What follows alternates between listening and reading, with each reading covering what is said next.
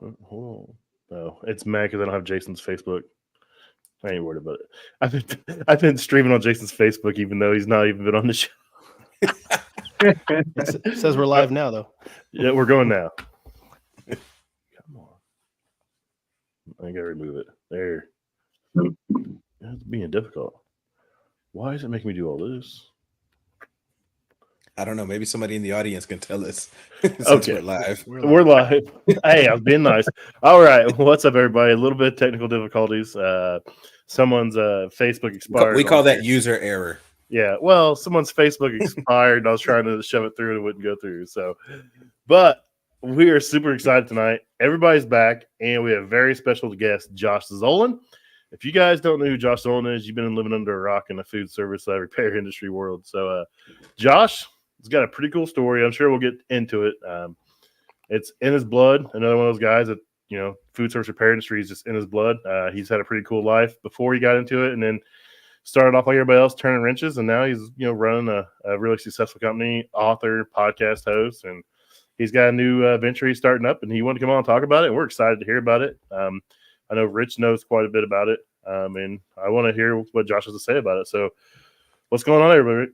What is going on, everybody? Man, like I told you, I almost didn't make it, but I made it in the nick of time. But I mean, I've said this a dozen times for anybody who follows my stuff, but Josh, along with Corey Yates, if it wasn't for them two, I probably wouldn't be on my own right now. So I'm definitely looking forward to see what Josh got to say on this episode here. I mean, I appreciate that, man. I love to help. That's in my blood too. Yeah, I'm just mad that Jason has an autographed copy for a year, and I'm just now asking for one. I get what I want. He jumped right on that, man. He didn't waste any time. That's funny. No, Jason knows what's up, man. He's a little more open than I am most of the time. I don't know. I'm just kind of a reserved person, and I shouldn't be in some situations. So, but what's going on, Josh?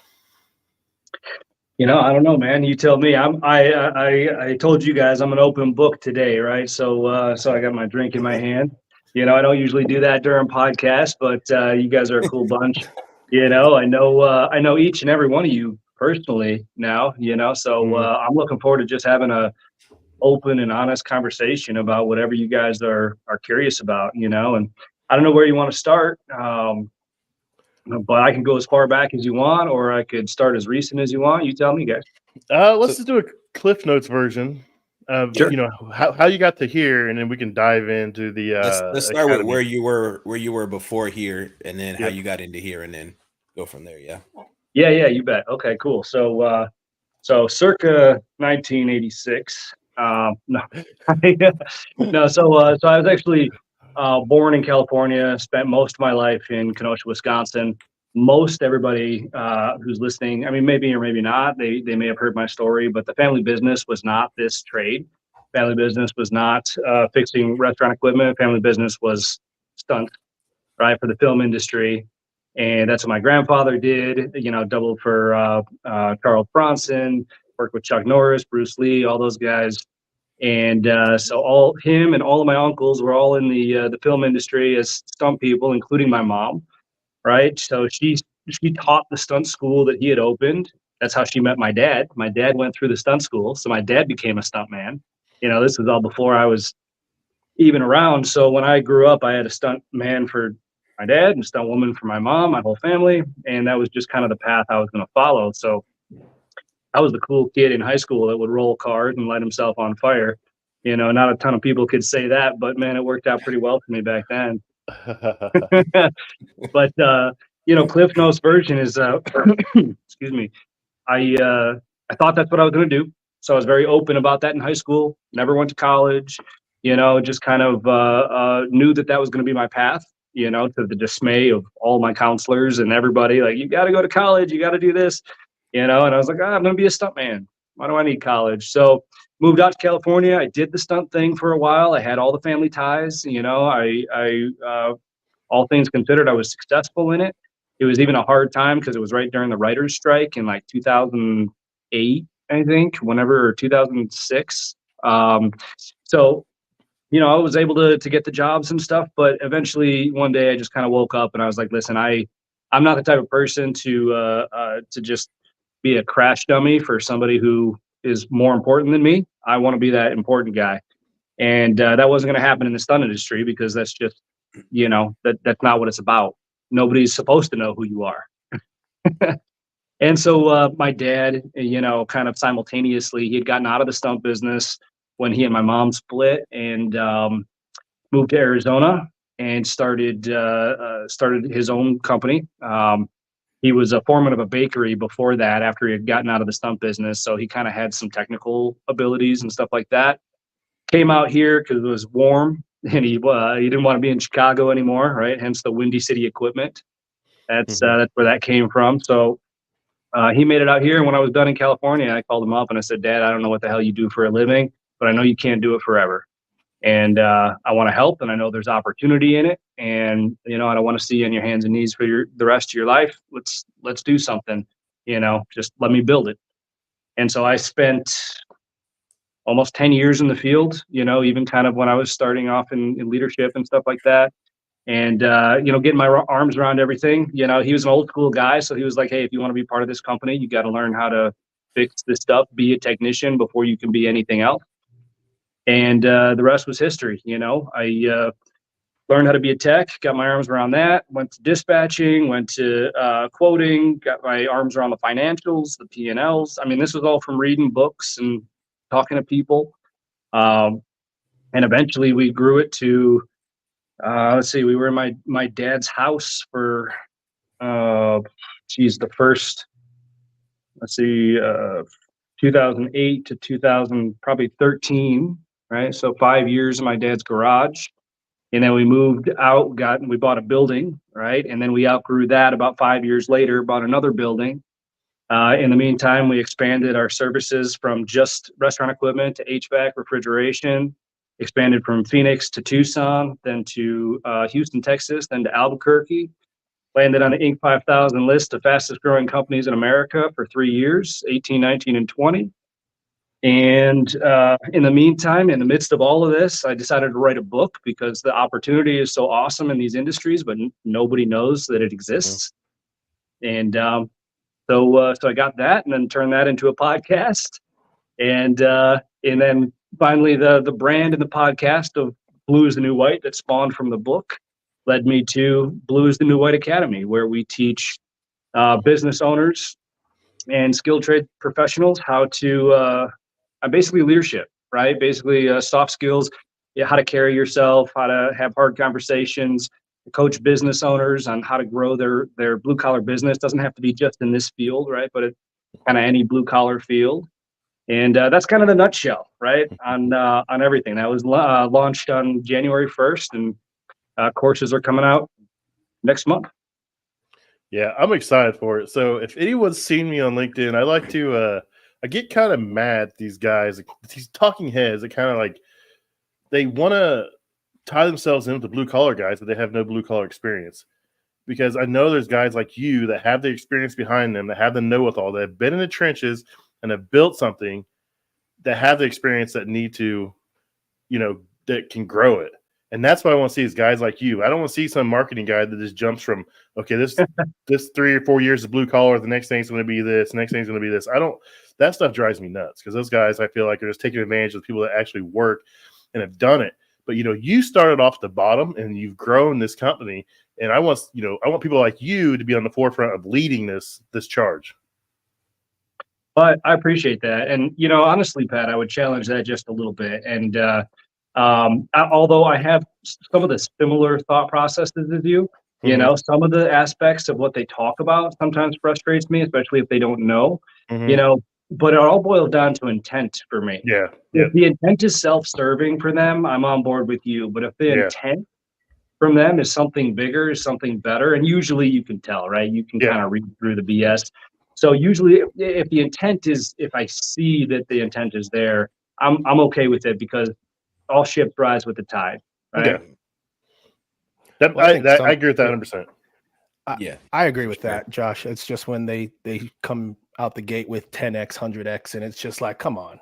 You done lost me. And you might as well say network marketing or something. Pyramids. I don't know. Pyramid scheme. There's some red flags, and you think people would know better with how much this is going on, because it's not just going on with the blue collar. And when it's the same talking head, or I'm a multi-millionaire, I'm going to sell you my secrets, and now that person was in this industry, and now they're talking about HVAC, and it's like, well, how'd you get over here? And you were just over there talking about selling knives or something, or your jet. That's the thing. The amount of consultants that came out of the woodwork when I announced my company, I'm like, no, I'm good. Yeah, I bet there were a bunch. You've got two of the best, in your corner between Josh and Corey. I mean, Corey, we interviewed Corey, and after that show, I wanted to go run through a wall, dude. I was fired up. I was like, man, I've never thought of owning my own company, but this guy talking to him, it's like, man, I want to own a company. Yeah, see, that was my thing. Yeah. That was my thing talking with Corey. Like, I'd get off the phone and be like, I need to quit my job now. I got this. My thing with Josh is like, I'll be like, Josh, here's my thought process on this. Tell me why I'm wrong. I want you to tell me I'm naive, I'm ignorant, I don't know what I'm talking about. And then he's like, no, that's exactly how it is. And I'm like, dang it. I really need to be out there. Let me say this. I am happy where I'm at, and I'm not leaving and starting a company. I love where I'm at, my job. I get to do a lot of cool stuff. And at this point in time, I don't feel like starting over. I don't feel like I'm happy where I'm at now. I've got a path where I should be going, and I'm working towards that. But yeah, I mean, just the way he talks about the industry, and he has his passion for it, and Josh is the same way. Just like, I mean, it fires you up. If you have that spirit where you want to learn and do more and do better, they'll fire you up. Yeah, for sure.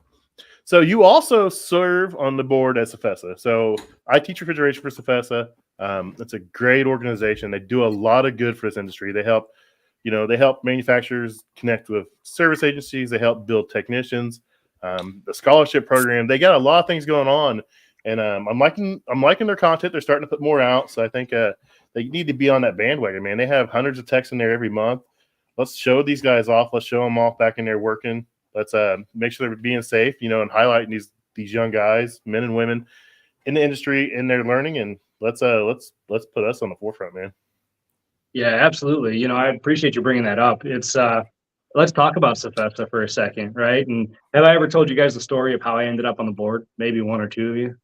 No? I haven't heard it. I want to be on the board one day, dude. That's one of my goals. Is it juicy? It's not. You know what? It's not juicy. It's just it.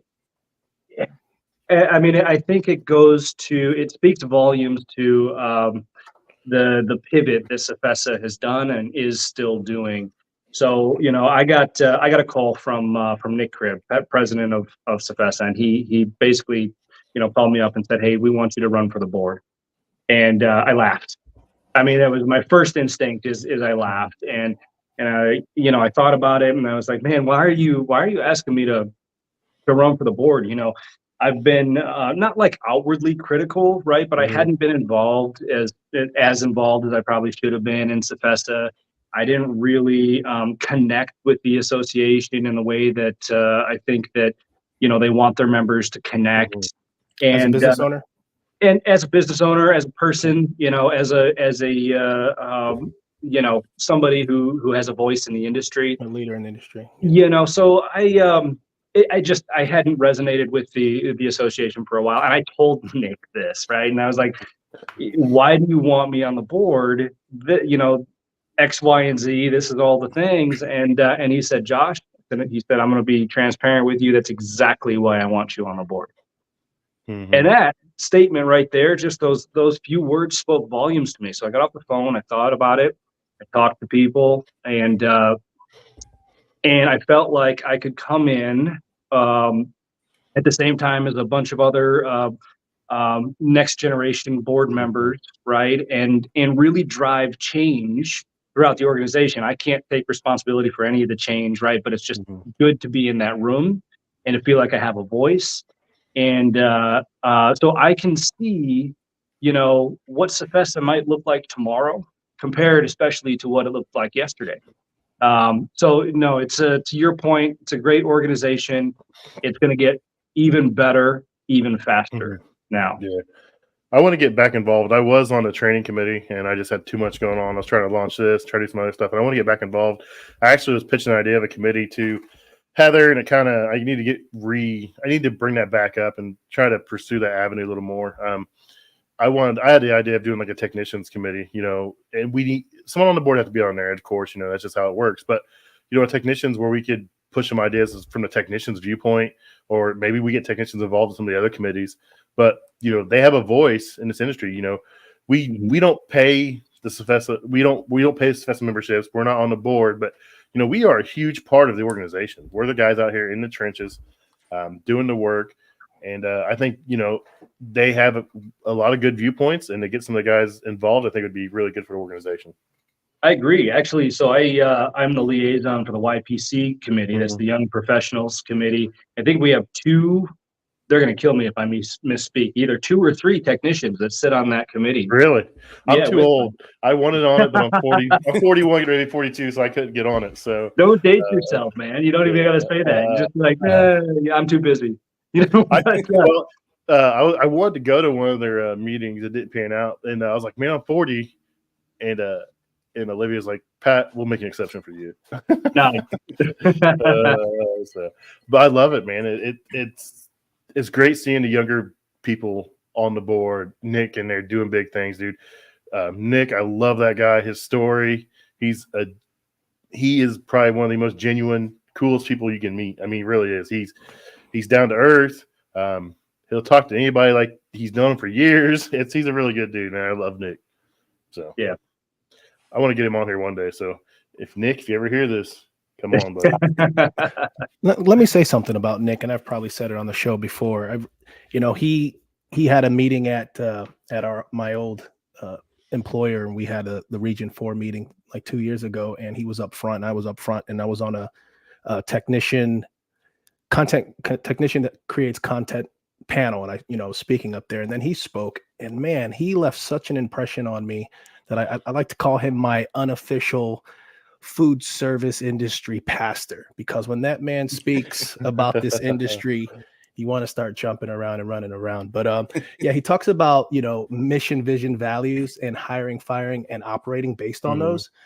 Yeah. And that changed my outlook. It made me reflect from my very first job and every employer that I worked for, if they actually ran their business from top to bottom based on those principles and beliefs.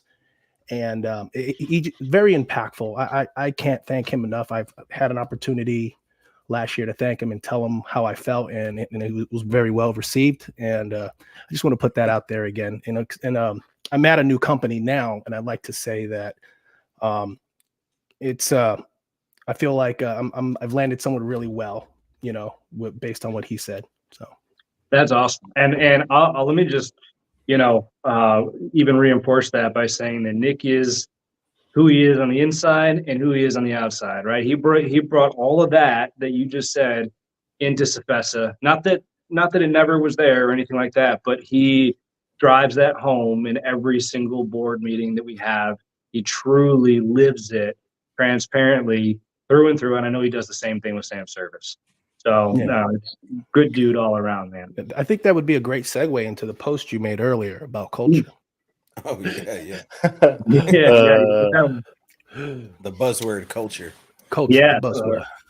That was the talk that I gave at RIFMA in Washington D.C. this year, which was great. That was a ton of fun. That was and it was kind of like, right. It was a little bit going against the grain, right? We all hear culture. We know the buzzword. We know the mission, vision, values. We know all of that stuff because Google does a really good job of telling us, right? And every single book that you read, I mean, it almost like, listen, I read a lot of books, and when you start to read about culture, it almost starts to, one book mirrors another, it's like, holy cow. But there's differences when you actually live it, right? Kind of what you guys are saying is it's not all cut and dry, right? And you're not trying to build a team of robots that all think the same way, but it almost blends into that, the more, you start to read. But it is truly about finding people with different mindsets, different ideas, different opinions, you know, all of this kind of stuff, and truly disagreeing about all of it. Right? That's what builds the culture. That's what builds the business, you know, is friction. So so yeah, that's kind of what the whole talk was about. Just, hey, listen, these are the realities. That's all this buzzwords, that's all great to hear, but you know, in a real world situation, you are the culture. You're the culture, you're the culture, you're the culture, everybody's the culture. Yeah, yeah. I mean, I work for a really big company, and you know, they have a mission statement and culture and stuff, and it seems like sometimes by the time it gets down to the lower levels, it seems like it's just kind of like a poster on the wall. I mean, I don't think that's what it is, but it's what it kind of seems. You know, I love my company I work for. I love our parent company. I love everything about it. I support them up and down. I'd do anything in the world for them. They've given me a lot of opportunities. I came into General Parts broken, lost, and you know, thanks to people like Gary Sherman and some other people, I've grown into what I am now. I've taken pride in my work. I've been given a chance, and I never wanted to let them down. So I'm just going to keep going on that. But it just, you know, I see the sign on the wall, but, you know, it feels like that's not how it's playing out. And I'm like, I want to buy in. I want to be a part of that. But it just seems like it doesn't resonate with the technicians sometimes. So how can you be a part of it? I'd challenge you on that. How can you change that? I don't know. I try to, man, that's a good one. You got me there. I mean, I try to live it. I try to instill what I think is right and what, you know, try to live up to that. But that's a good point, man. I never thought of it that way. That was going to be my question too. Because obviously I've experienced that myself. And, yeah, what, you know, even if it's not just, you know, as an individual technician, how can you be a part of it? What is the solution to getting that, you know, big corporate has their culture and has their mission, vision, values? How does that get, you know, transplanted down to the branch level where, like you said, a lot of times that can feel like just a sticker on the wall? Because, you know, not bashing or trying to talk negatively about anybody, but that's one of the things that I experienced. I would see, okay, this is our core values. And I'm like, but I'm not, you know, seeing that. And again, hopefully I'm not crossing any lines here, but, you know, seems like end of the month, the mission, vision, and values get kind of blurred depending on, you know, it's end of the month and, you know, you need more money. You know what I mean? And I'm not down with that. That's just not how I roll. You know what I mean? So what is the solution for that? Well, I'd preface that by saying, number one, it's the hardest thing in the world. Oh yeah. Yep. I experienced it in my own company with multiple branches. You know, and honestly, it's one of those things that it takes repetition, it takes reinforcement, it takes the right people saying the right things over and over and over and over again, and it takes them actually living it. Right? That's the hardest part about culture, is that the culture of a company, the values of a company, you know, may not align with personal values of everybody in the company. They just might not. So how do you get that person to exhibit the values of the company when they're not necessarily 100% aligned with the values that they live by every day? Especially, you know, in this tech culture, this tech shortage, when you need everybody to run the business. That's right. I'll tell you, there's a rule of thumb, right? Regardless of culture, regardless of mission, vision, values of the person, whatever, if they can check two boxes, right? I believe that you can make it work. And those two boxes are respect and cooperation, right? And I don't mean cooperation like you do what I say, right? I mean cooperation like, let's do things in spirit of the success of the business, right? Let's cooperate with that, you know, and then respect. If you have those two things, you can build off of that anything that you want, right? And so sometimes we have to look a little bit past. I'm going to catch heat for saying this probably, but sometimes we have to look a little bit past the values, and we have to look at those fundamentals, you know, which I do believe are different. That's a good point. I like that. I'm going to have to take that into consideration with some of these guys. I mean, it's a wild time for technicians, man. I don't know the answer. I mean, you know, everyone has an ad out. Everyone's hiring. Everyone wants that guy that's, experience, that guy they can put on the road that's going to crank out calls every day. And those guys just aren't out there. I mean, they're aging out so fast, or they're happy where they're at. They're taken care of, and they're just not. Businesses. Yeah. So starting their own businesses. So I mean, some of them have habits too. Yeah. Built Yeah. in. So it's weird, and I'm a firm believer. I am to the point where I want to go after the 18-year-olds, the 19-year-olds, the 20-year-olds, the people that maybe went to college and they don't feel comfortable with what they came out learn. They can't find a job. Let's find the people that want to learn, that want to grow, and let's teach them. And maybe we have a 20% success rate, but if you have a 20% success rate in that, you're still ahead of where you were before you started. Yes. Well, how's that work geographically in your neighborhood versus the city I live in and the town you live in? Well, we're trying to do it now, but the problem is April and May is not the time to bring in a tech to train. You need to bring those guys in the winter when it's slower and you have the time and the bandwidth to train them and show them things, because once May hits, it's triage season. I mean, yeah, I'm not even in a crazy hot environment like, Josh or Jason, you guys are.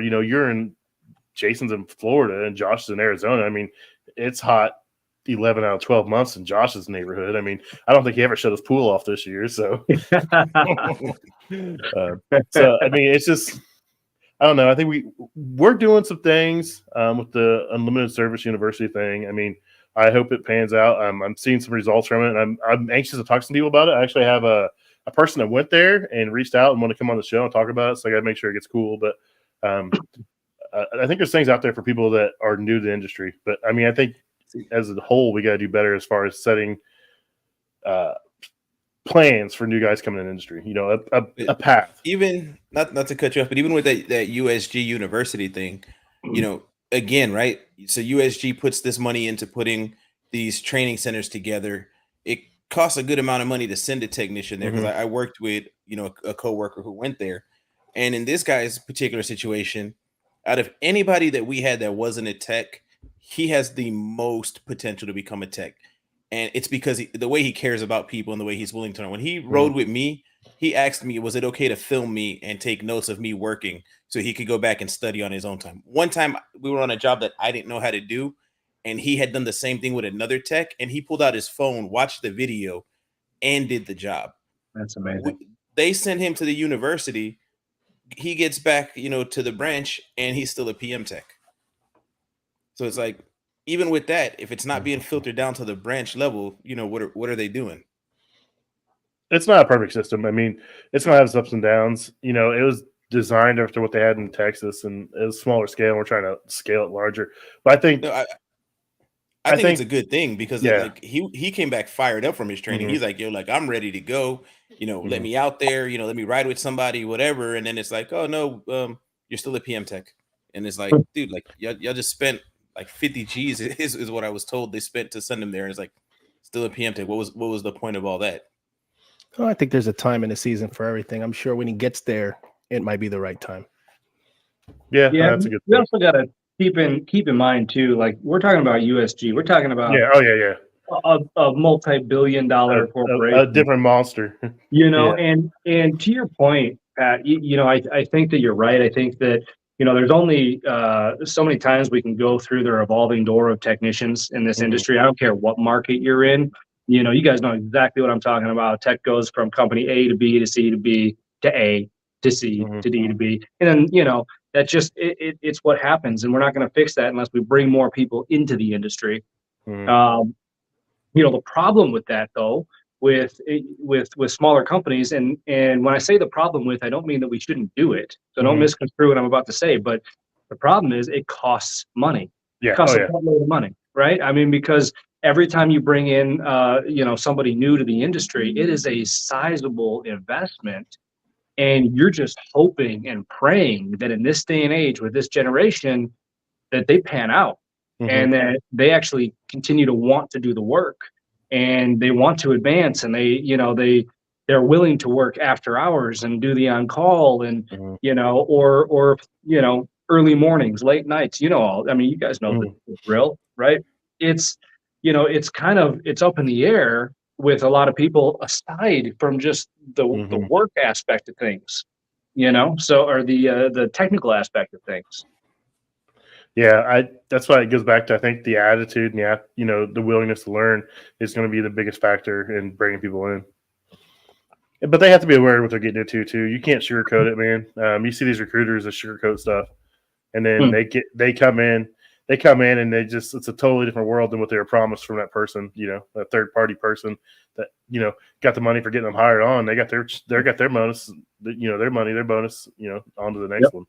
Rich knows this about me, but I am so disturbingly transparent with anybody and everybody in my company, and I've given him this advice too, right? With other things, but I will give everybody who comes into my company the chance to walk away. I almost make them, right? Because I lay everything out on the line. This is where we're good. This is where we're bad. These are the people that are really nice in my organization. These are the people that are kind of rough around the edges. By the way, this one's your direct supervisor, right? And I mean, anything and everything. This is our culture. This is what, after talking to you, you might like or you might not like.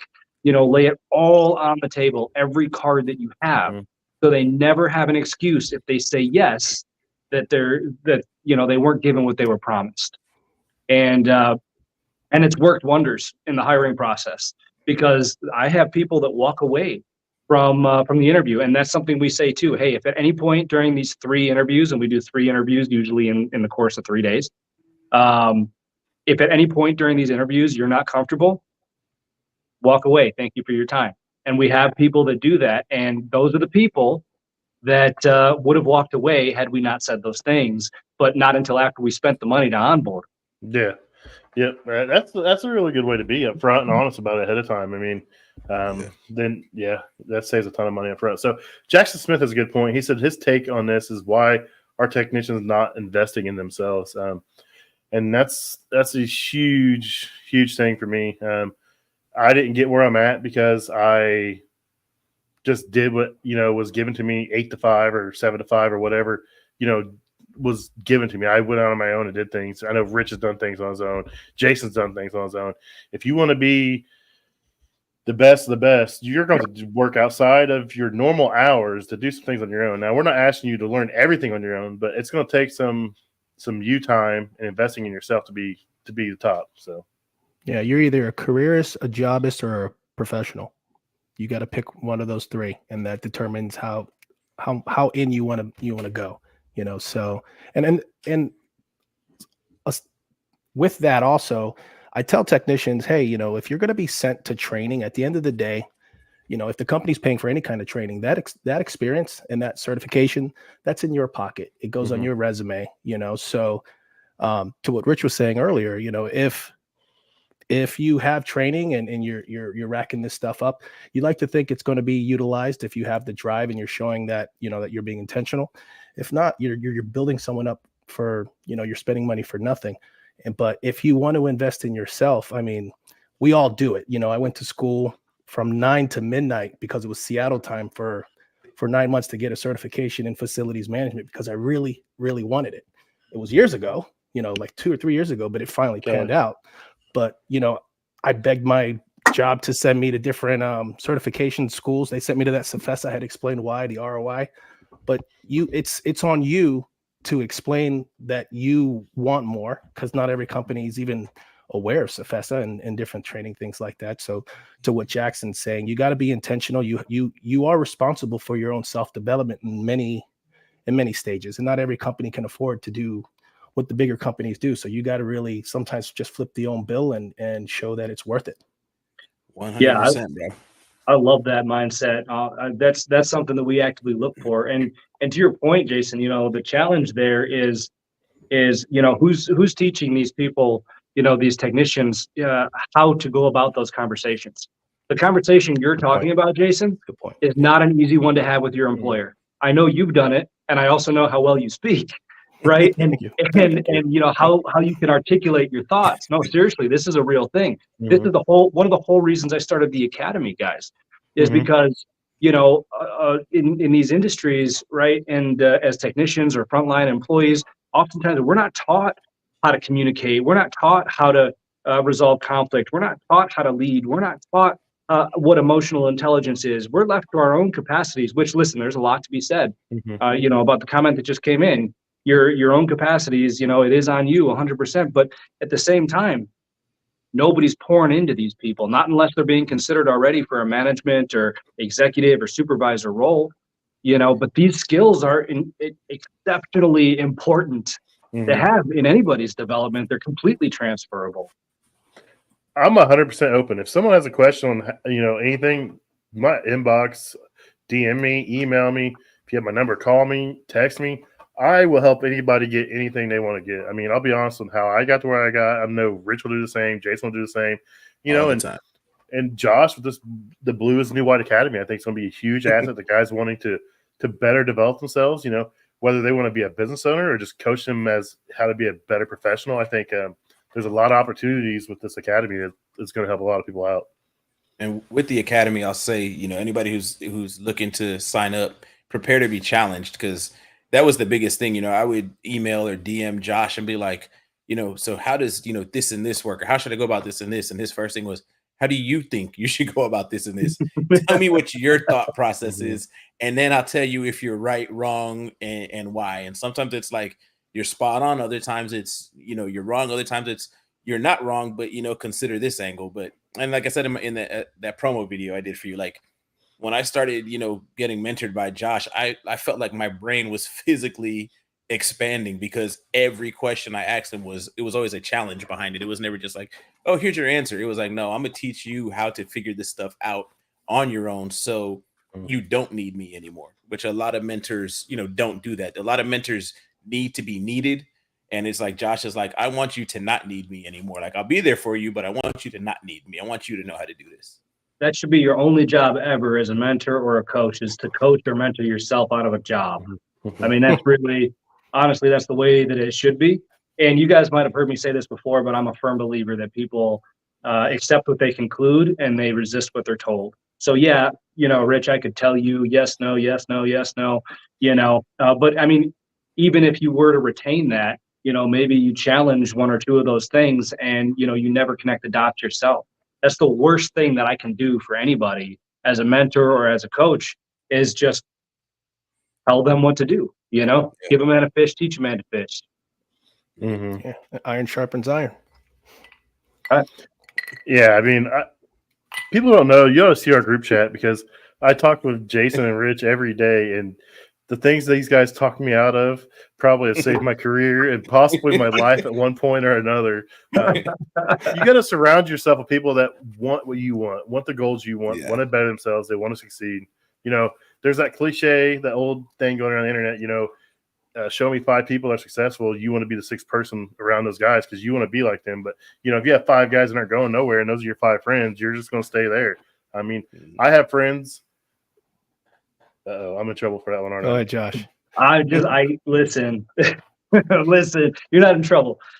I know exactly what you're talking about, right? But I challenge this, and I challenge it hard. One of my favorite sayings in the world is, how you walk with the broken speaks louder than how you sit with the great.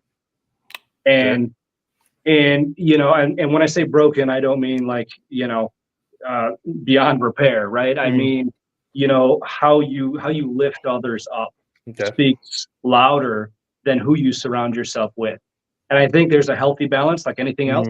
Yeah, I don't disagree with the notion that you surround yourself with successful people and you yourself will also become successful. But if you're the least successful person in the group, what do you think they're doing? Right. That's true. That's it. Yeah. That's See, the way I had it broken down to me years ago, and the perfect example is, for example, so I've got Josh and Corey. They're light years ahead of me, so they're pouring into me. Then I've got y'all. We're more or less, on the same page. We may have different career goals or whatever, but we're about the same level. So while Josh and Corey pour into me, the 3 of us kind of keep each other encouraged and accountable and whatever. But then even now at my 3 weeks of being in business for myself, I've got people reaching out to me like, hey, I'm thinking about starting my own business, and how do you figure out pricing? And I'm like, oh, Josh taught me how to figure out pricing. And I'm like, how do you figure out this and that and the other? And I'm like, well, I've learned all this stuff. So even though I'm 3 weeks in business for myself, I can take what Josh has poured into me and pour it into the next guy. So I believe that we always have to have those 3 levels. You got to have people that are pouring into you, helping you grow. You've got to help the people that are equal to you, that y'all are walking, together. And then you've always got to have somebody that you're pouring back into. I love that. I love that. Yeah. And to your point, Rich, the cone of learning, right? As soon as the best way to retain something, it's all the way at the bottom. The best way to retain something is to teach it. That only helps. That only helps you grow yourself. Yeah. Mm-hmm. Nice. So let's delve into this Blues New White Academy. I want to know more about it. What exactly are you offering to individuals? Say, business people, technicians. What exactly what exactly do you offer? Yeah, thanks for that question. So it's primarily for business owners in the blue collar skilled trades to license to their frontline technicians or employees, right? So the thought behind it is to provide employers with a tool to help their employees grow. I feel like I can get the most reach out of that, especially with my current network. And the connections that I have in the industry, rather than going straight to the technician or straight to the employee, which we also have an avenue to do. All these courses that are available are also available publicly. So the comment that came in earlier, if technicians are looking to advance their career, their skill set, learn leadership, learn all these different skills. Even the first course we have coming out is understanding the numbers, right? But from a fundamental standpoint, so trying not to kind of dive too deep into stuff, but just give a base understanding of what does insurance mean, and what's the difference between liability and workers' comp, and how do they work, and profit versus revenue and margins. How do you determine part pricing? Little stuff like this that they can begin to pull levers on their own to tweak the value that they bring to either themselves or the organization that they work for. So that's a really long way of saying that it's an online course to develop leadership and soft skills for blue collar skilled trade employees that is being sold to the employers to implement into their organization. Right. There's also a coaching aspect to it as well. We launched the coaching the first of the year. I'm a terrible businessman, guys. I mean, when it comes to this, I just give all my coaching away for free. I mean, listen. I want to help people so bad. That's what I've done. Now, if there's a more in-depth coaching, I'm trying to get the group coaching together, so multiple people in the room kind of bounce ideas off each other, and being more of a facilitator in that way. So we have those programs available as well, and then there's like a one-on-one, coaching thing available as well, both for business owners and career development. Sweet. So it's for everybody. It's not. I mean, I'll probably get some flack on this episode. Just to be honest, people are going to think that you're out here trying to tell every technician to be a business owner, and that's not what this is at all.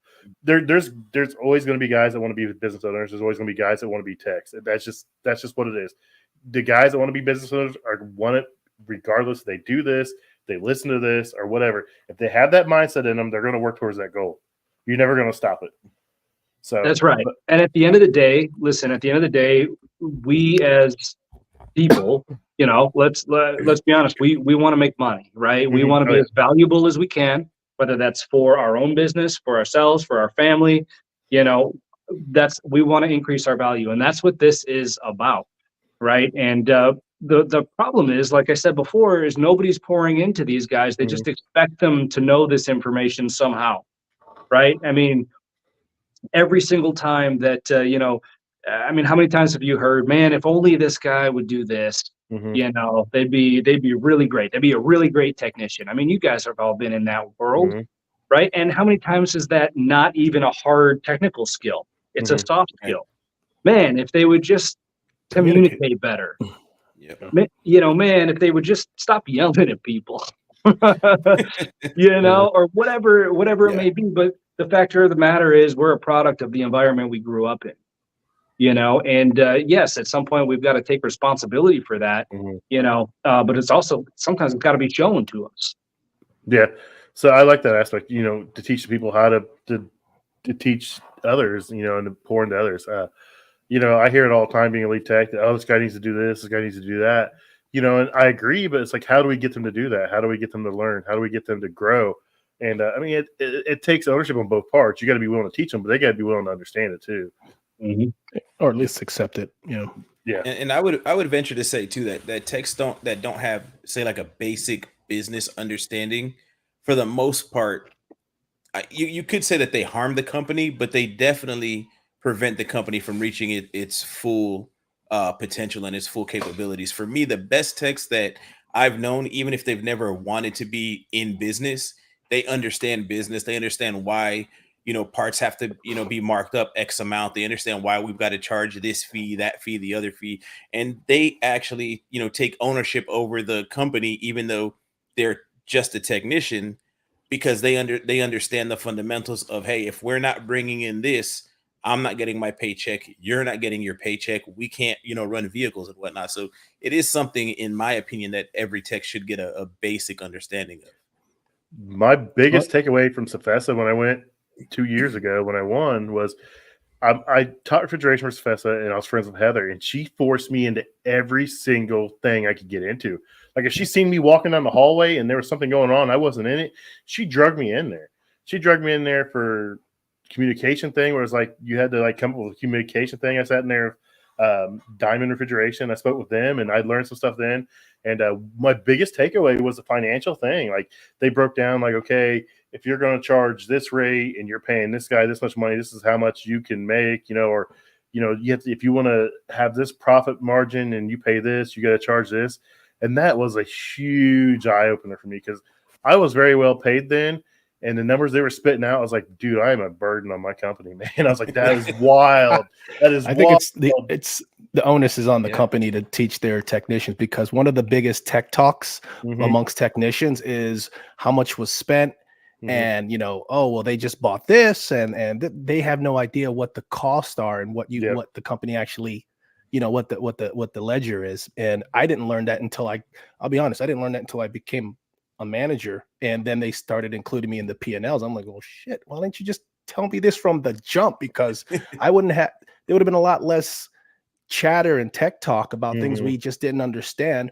But you got to understand, when you don't understand things, your mind creates a narrative and a story, you know. So when we see things being purchased and there's a party and there's this and somebody went to, you know, on a retreat and we're you know, we're getting denied for this and that, they should just open it up. I mean, to a certain degree, you know, so people are on the same page. I think you could talk about this, Josh. You were saying something, I was listening, where you were saying that only a certain percentage at the end of the day you get back, and then you try to invest that into certain things for the company. Could you talk about that? Yeah, no, that's exactly right. You guys are proving my point for me. This is fantastic. I don't got to say shit. No, that's exactly what I'm talking about, Jason. And because, you know, if we want here's the grand vision as a company and as an employer, right? If you want everyone rowing in the same direction, you've got to give the education behind why and how we're going to get there and all of that. This financial stuff, this takes time.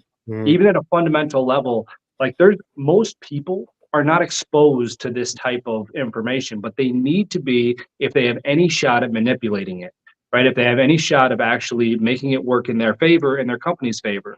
Because if they can make it work in their company's favor, it's going to work for them. I promise you that, you know, and that's what we're understanding. So example would be like if an owner said to his team, yeah, we made $1 million this year. You know, how many people that didn't have this education would have their hand up saying, well, shit, it's time for a raise, 100%. you know, but without context behind it, okay, this is what this costs. This is what this costs. This is what this costs. At the end of the day, we're left with $100,000. That's 10%. This is not an unrealistic number. That's 10%, you know, of $1 million, 100,000. Okay, well, we can still get raises with that, you know, but if you want the company to grow, you need to reinvest that back into trucks, into new technicians, into uniforms, into the insurances and the taxes that go along with it. At the end of the day, you're running on fumes, right? Just to grow your business. And this is a high level, simplistic, you know, view of what it is that I'm talking about. But it's eye opening when you put it on paper and you show people, how this actually gets. And then the dots start to connect, right? People resist what they are told and they accept what they conclude. You have to help them connect those dots, right? The other thing is wage. If a tech is making $30 an hour and you're charging $100 an hour, does that mean that the company is making $70 an hour? Absolutely Never. not. Yeah. No, it's called tech burden, right? It's your wage plus your overhead. I would venture to guess, the last calculation I did, if a technician is making $30 an hour, they're costing the company somewhere around $75 to $77 an hour, right? And so, that's just straight overhead. So you have to take it, and it's also gross margin. We won't even get into cost of goods sold, and G&A expenses, top line, bottom line. That's all gone over in the course in a simplistic way. It's called understand the numbers, and this is exactly why it exists, to help people connect the dots and pull the right levers in their own organization to increase their own worth to the organization itself. So really, really awesome point to bring up, Jason. Did that answer your question, or am I rambling because I've been drinking? No. No, that's 100% on point, man. Even the audience is agreeing. Like, this is like they're blown away by like what we're talking about. It's just people don't with see that it. too. With that too, with understanding the numbers, I mean, y'all know I'm a person that loves brutal, blunt honesty. Like, just tell me how it is in the worst way you can, and I'm like, cool. And I think when you educate your techs on the numbers, I think you can have that discussion with the underperforming tech and saying, like, bro, you understand how the numbers work, and you understand that we're paying you X, but because of your lack of productivity, because of your callbacks, we're actually losing $15 an hour having you in a van. Yeah. So if we don't see a turnaround in X amount of time, we're going to have to let you go. And it's not because we're rude, because we're pricks or whatever. It's because, dude, you're costing us X amount of money per year. We're paying you, 70,000, and it's costing us 100,000 to have you on the road or whatever. But if your tech isn't educated on how the numbers work, I don't think you can have that level of a direct conversation with them on this is why you're not working. Yeah. Quick, a couple of quick statistics for you guys. So who knows the most important KPI for a technician? Nope. Guesses? No. Tech utilization. Have you heard of it? Oh yeah. Yeah, that's something you track, I'm sure, Pat, right? Yep. Yeah, so tech utilization is one of the most basic equations, but it is so telling of what a technician can bring into the company. It's hours billed divided by hours worked, right? At the end of the day, that ratio. At the end of the day, that ratio is very, very telling. So the best thing that you can do as a technician from a business owner standpoint is close that gap. Right. And different companies have different metrics and different, what it means. 70%, 80%, 90%, depending on your company, could be acceptable. But that's far and away the easiest thing for you to calculate yourself as a technician, and for your employer to look at to see if you deserve a raise, or if you can advance, or if you're going to get fired. Hey, listen, let's just call it what it is. Right. I mean, these are important numbers. Yeah. And then the other thing that I was going to say in that was, I lost it. Keep going. So Josh, in regards to the 80 to, whatever the percentage is with that, and I live in a city in Tampa, so call is corner to corner, it's Pat drives, has all this windshield time. So does that affect that percentage? Yeah. Oh yeah, absolutely. So each branch in every market should have their own percentage of what's acceptable and what's not.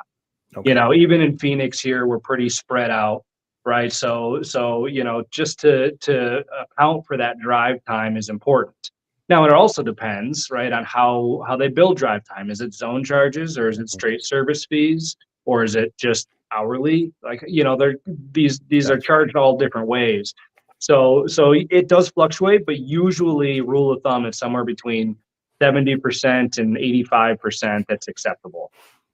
Yeah. So yeah, I really liked where you were going with communicating the numbers, and somebody was explaining it to me that the relationship maybe not this serious between the employer and the technician is kind of like a marriage. You know, there's like 3 things that can damage or ruin a marriage. Finances is one of them. You know, so That's when the the biggest money ain't one. right, people start speculating, you know, and the company's cheating on me or whatever, you know, or communication's one of the pillars, you know, and things Yeah. like that, and respect and stuff like that. So just wanted to throw that funny tidbit out there that there's a relationship involved. It is a trade of services. I'm providing a service. You're paying me for it. You know, but we're also representing the company, and you know, we're the face of the company. There's all this relationship dynamics where we're trusting each other.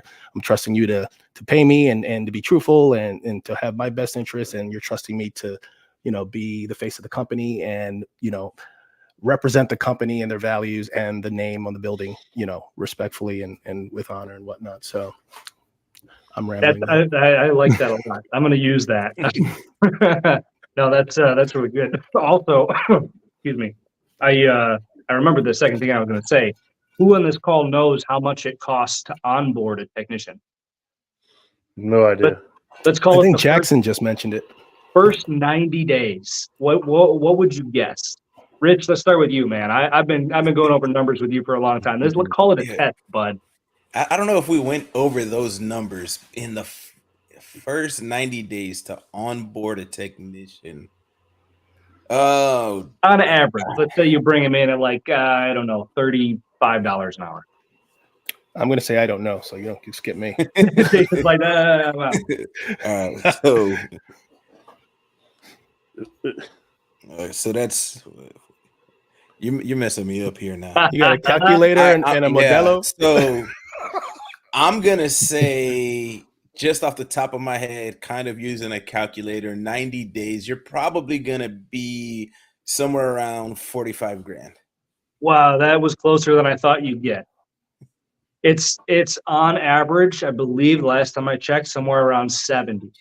Dang. When you take into consideration, now listen, you take into consideration the cost of the van, right? The phone, the uniform, blah, blah, blah, all of that, the insurances, the taxes, the opportunity costs, not only in the interview process, the onboarding process, the advertising of the job, recruiters, if any of the recruiters are involved, right? Then, you know, I assume 2 weeks of training, which is a lot, which is really low sometimes, right? Depending on what kind of tech you get and how much experience they have.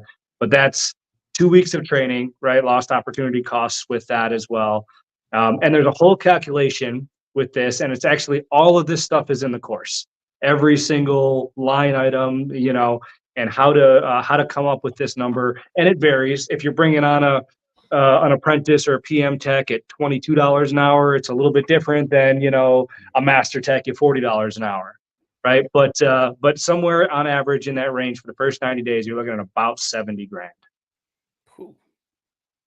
These are important numbers for people to Wow. know, right? Because your technicians in the field, they can do a lot with that. You know, maybe they run one more call instead of saying, well, let's hire somebody else to cover me, right? I mean, there's little tiny nuances and differences like this.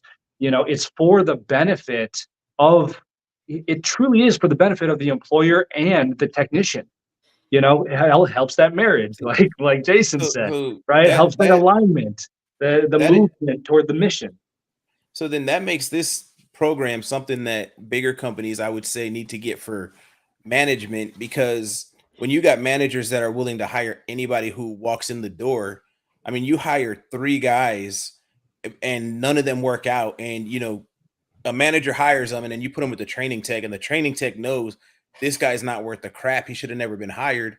Well, you got 3 guys. That's 210 grand. That's what, almost $250,000 that was blown because probably the branch manager doesn't understand what it's actually costing him to hire these people. Bingo. Absolutely. I couldn't have said it better myself. And that's why it's so important to have your hiring processes down, you know, your interview processes. Listen, like in real estate, the deal is won or lost when you purchase. In business, you know, the return on investment from your technician is won or lost in the interview process. That's crazy, man. That's a lot of great information there. I mean, I never would have thought it'd been that high. That's wild. It's a lot of money. And then, I mean, you have guys, some guys ride with guys for months and months and months. It's just like, yeah, think about that. Yeah, there was a hiring period not like a year ago where if you didn't jump on the person, they were gone. They had so many jobs. Like it's kind of like the housing market. Sometimes it's a seller's market, sometimes it's the buyer's market. Am I saying that correctly? So when there's a lack of techs out there and everyone's a hot girl or the popular one, the hot boy, and you don't respond to them in a week, they're gone somewhere else. And maybe it's better. Maybe it's better to know that, they're chasing the dollar. But I don't know. It gets pretty hairy when there's just a lack of options, and sometimes you have to roll those dice. I ain't got the money to roll dice like that. That's why I'm not in business. But I think it allows you to strategize though when you know the numbers, because you can say, okay, do I want to hire 2 new guys, or can we take this same 140 grand that I might waste on these guys? Can we just reallocate that money to the guys we have that we know are solid and good, and be like, you know what, guys, go ahead and pick up an extra call a day, even if it becomes unrecouped overtime, because we're not going to spend $500,000 this year on wasted technicians. That unrecouped overtime make wind up 200 grand that they're putting out, but you still got 300 grand in your pocket that you didn't dump on techs because you're so desperate to pull somebody in who is not going to work. No, I agree with that 100%. As long as that's a business mindset, man. As long as those guys aren't generating callbacks and they're getting completions and their customers are happy, I don't have a problem, of a guy working the overtime, and not being billed. I mean, at some point, you don't want the guy out 7 o'clock every single night, 8 o'clock every night. But if he's doing 10, 11-hour days and he still has a decent balance, his call completion rate's good, his callback ratio is very low, let it be. Let him do it. 100%. That, Rich, you got to the exact right conclusion that you should have, because that's what I was getting to. There's a threshold, right, of when to bring on a technician. And you can only know that threshold when you know these numbers. So yes, you can distribute that across the team, not necessarily in raises, but in overtime. And once you set that threshold that, okay, at X and X hours of overtime or X and X dollars of overtime, right, then it's time to bring on a new employee. It's time to bring on a new technician. So this is the fun part of business, right? The strategy behind it. And, I don't remember who said it, right? But yeah, you got to make sure you don't burn your guys out at the same time. So it is it's definitely a dance, and like we as a company, we put limitations, right?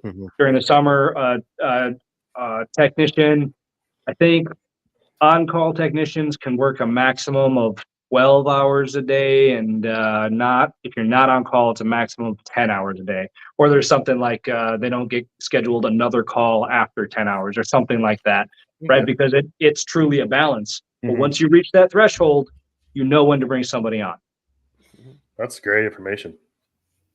And then when you get to know your team, you can, strategize better, because, for example, I'm the type, I can work a 15-hour day. I can work multiple. But when I tell you, hey, I'm leaving at 4 today, you need to respect that I'm leaving at 4 today. That's exactly how I was as a technician. And my supervisor, he loved it, because he was like, hey, can you pick this call? Can you pick that call? Yeah, no problem. And I just tell him, yo, if you see me on my schedule and it's 4 o'clock and I'm on lunch, I'm not coming back. Don't call me.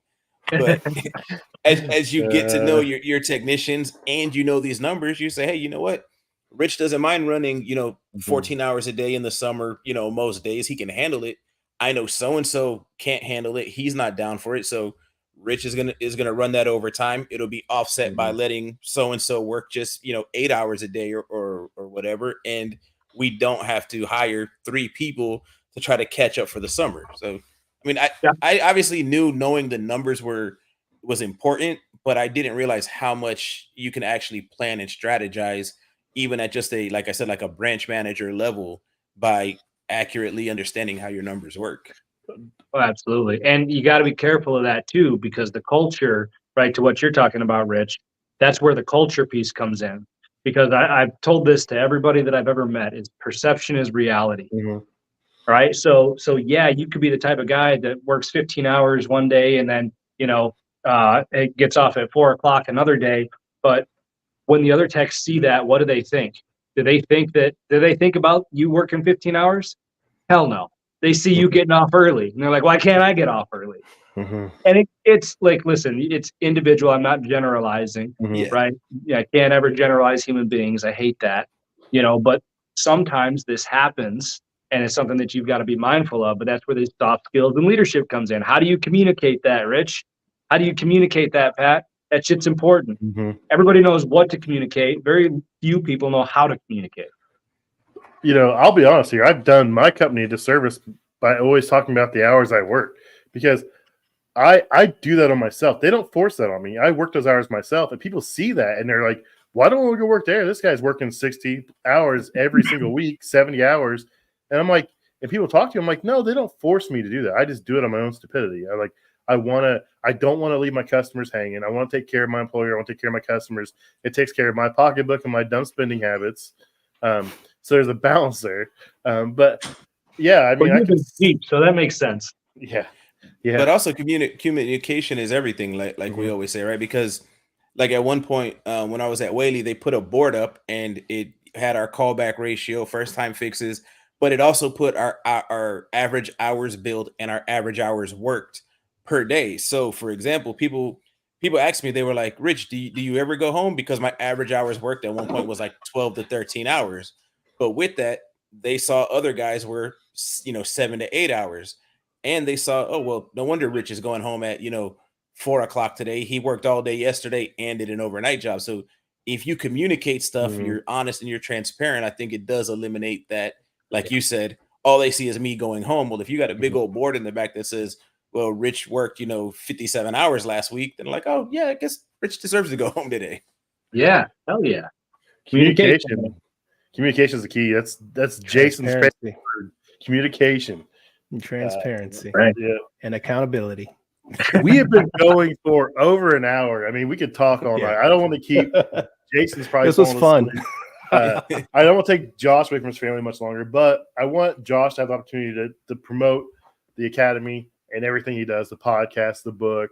I really respect everything Josh has done for our industry, and I look forward to taking some of this academy classes. And I think I'm going to learn a lot, and I think it's going to probably change my mindset towards management and upper level management. It's going to open some things that I probably wasn't aware of that probably gave them a black eye, from my perspective, that they really didn't deserve. But like we said, communication and perception is everything. So I think this is going to open up a lot of technicians' eyes as to what's really going on that the managers don't have the conversation with them about. Yeah. Well, no, I do appreciate the opportunity, Pat and Jason and Rich, to come on and talk about it. It's a pleasure. This industry, I've found purpose in this industry, guys. Everything that I do and everything that I've done is surrounded. It surrounds this industry, right? I hate when people, they try one thing, it doesn't work. They try something completely different, it doesn't work. They try something completely different. And I am so of the mindset of pick one thing and make it the hell work. And this industry is reflective of that because everything that I've done, surrounds it. So anyway, you can find me on all the social media at Josh Zolin, bluesthenewwhite.com, or if you want to go right to the academy, it's BitNew, acronym for Blue is the New White, so BITNW.academy. It's live. We've got courses coming out right now. We've got the Understand the Numbers course in beta right now. Should be releasing probably next month or June 1st.